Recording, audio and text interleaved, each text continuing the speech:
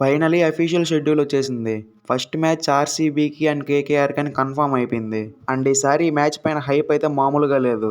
ఎందుకంటే 2024లో RCB KKR 2 మ్యాచ్లు ఆడితే 2 మ్యాచ్లు కోల్కతానే గెలిచింది. సో ఈసారి ఆర్సీబీ టీం మంచి కంబ్యాక్ ఇవ్వాలని ఫిక్స్ అయి ఉంటారు. అండ్ వాళ్ళ ఆక్షన్ లో కూడా పోయినసారి కేకేఆర్ టీంలో ఆడిన సుయాష్ శర్మని, ఫిల్ సాల్ట్ ని తిరిగి ఆర్సీబీ టీంలో తెచ్చుకున్నారు. అండ్ ఇంకా మ్యాచ్ విషయానికి వస్తే మ్యాచ్ కోల్కతా హోమ్ గ్రౌండ్ అయిన ఈడెన్ గార్డెన్స్ లో జరుగుతుంది. ఈడెన్ గార్డెన్స్ అంటే స్పిన్ ట్రాక్.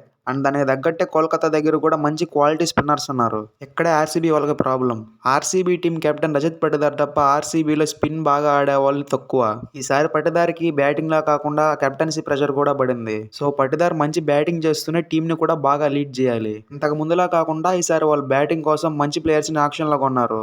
ఓపెనర్ నుంచి నంబర్ 7 వరకు మంచి బ్యాటింగ్ లైనప్ ఉంది. బట్ రీసెంట్ గా జరిగిన ఇండియా వర్సెస్ ఇంగ్లాండ్ సిరీస్ లో ఆర్సీబీ టీం కొన్న ప్లేయర్స్ అందరూ కూడా ఫామ్ లో లేరు. ముఖ్యంగా ఆర్సీబీ ఓపెనర్ గా తీసుకున్న Phil Salt on and of performance ఇస్తున్నాడు. అండ్ లివింగ్ స్టోన్ కొన్ని మ్యాచ్లు పర్వాలేదనిపించాడు. అండ్ బెతల్ ఈసారి ఐపీఎల్ ఆడతాడో లేదో కూడా కన్ఫర్మ్ లేదు. కేకేఆర్ దగ్గర ఉండే మిస్టరీ స్పిన్ అటాక్ ని ఇంగ్లాండ్ ప్లేయర్స్ ఎలా ఆడతారో చూడాలి.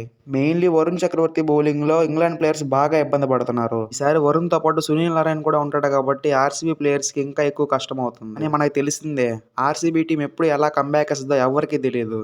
వాళ్ళ బ్యాట్స్మెన్స్ ఒక్కసారి ఫామ్ లోకి వచ్చారంటే ఆర్సీబీ చాలా డేంజర్ గా మారిపోతుంది. అండ్ ఈసారి ఆర్సీబీ బౌలింగ్ కూడా సూపర్ ఉంది. సో వాళ్ళు ఫస్ట్ మ్యాచ్ నుంచే ఫామ్ లో ఉంటే ఫస్ట్ మ్యాచ్ డెఫినెట్ గా ఆర్సీబీదే.